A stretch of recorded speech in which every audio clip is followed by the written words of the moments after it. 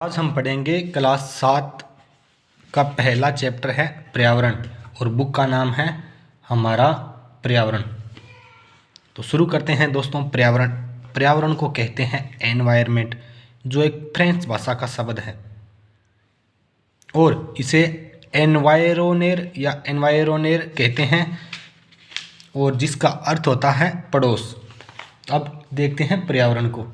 तो हमारे आसपास जो भी हम देखते हैं, पर्वत, नदियाँ, पेड़, मैदान, पठार, ये सभी पर्यावरण का हिस्सा हैं। तो पर्यावरण हमारे जीवन के लिए बहुत ही महत्वपूर्ण है। यह हमें सांस लेने के लिए हवा, पीने के लिए अच्छा जल, खाने के लिए भोजन और रहने के लिए भूमि प्रदान करता है। तो अब पर्यावरण के घटकों की बात करते हैं। पर्यावरण के मुख्य रूप से 3 घटक होते हैं। पहला घटक हम बात करें प्राकृतिक, जो हमें प्रकृति देती है, जैसे कि जल,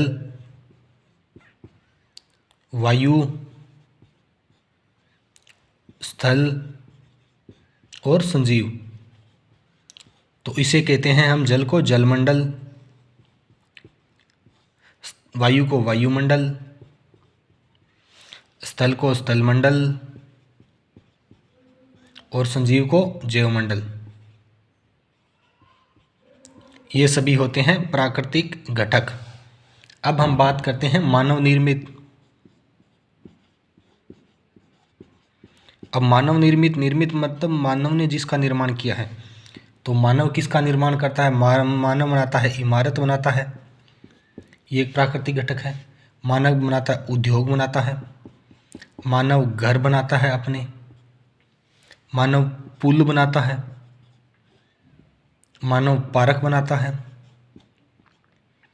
यानी जो व्यक्ति खुद निर्मित करते हैं हम, वो सभी मानव निर्मित में आएंगे, जिसका निर्माण हम करते हैं।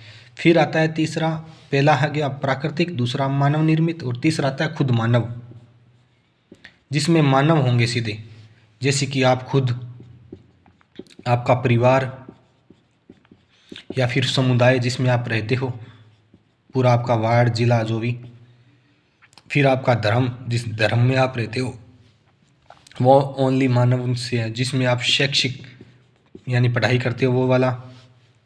फिर यह आर्थिक और फिर राजनीतिक। ये सभी मानव की देन है, ये मानव निर्मित करता है इनको, और ये प्राकृतिक घटक। ये 3 प्रकार के इसमें घटक होते हैं।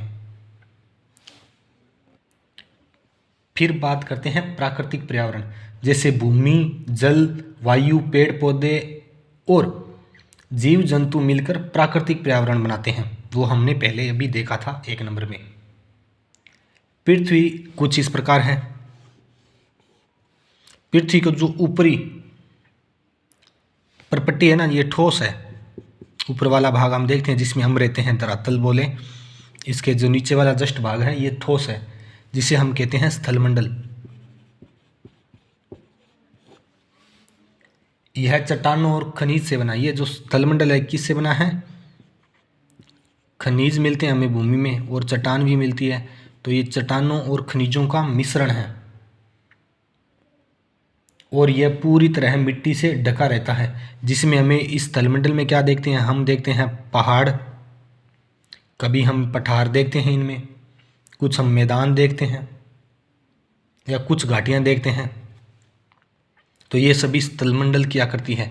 तो आपने अपने भूमि के आसपास क्या देखे होंगे? वो सभी स्थलमंडल की आकृतियां हैं।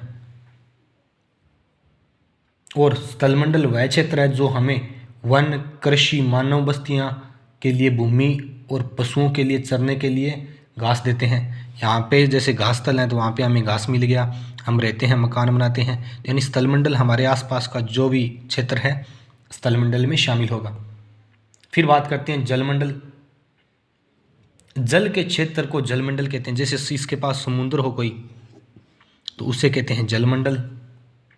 जल के विभिन्न स्रोत हैं, नदी, जो भी जिसमें से पानी आता है, वो नदी, झील, समुंदर, महासागर, ये सभी जलमंडल में शामिल हैं। फिर करते हैं वायुमंडल की बात। तो पृथ्वी के चारों ओर फैली वायु की पतली परत को, जैसे आप हो, अब आपके जो चारों ओर जो वायु फैली है ना, जिसमें हम सांस लेते हैं, वो वायुमंडल ही है। वायुमंडल के बिना हम सांस नहीं ले सकते। पृथ्वी का गुरुत्वाकर्षण बल अपने चारों ओर वायुमंडल को थामे हुआ है। यह सूर्य से झुलसाने वाली गर्मी और हानिकारक किरणों से हमारी रक्षा करता है वायुमंडल।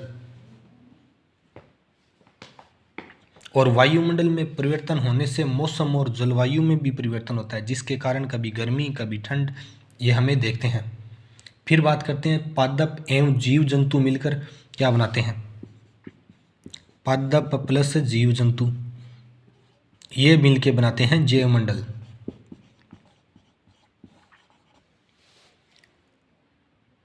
या संजीव संसार का निर्माण करते हैं। यह पृथ्वी का वह संकीर्ण क्षेत्र है जहाँ स्थल जल वायु मिलकर जीवन को संभव बनाते हैं। यानी जीवन को संभव बनाने के लिए हमारे लिए जैवमंडल इसकी आवश्यकता है। और इसमें दिया है पारितंत्र क्या है, वह होता है पारितंत्र। दोस्तों हम बात करते हैं अभी।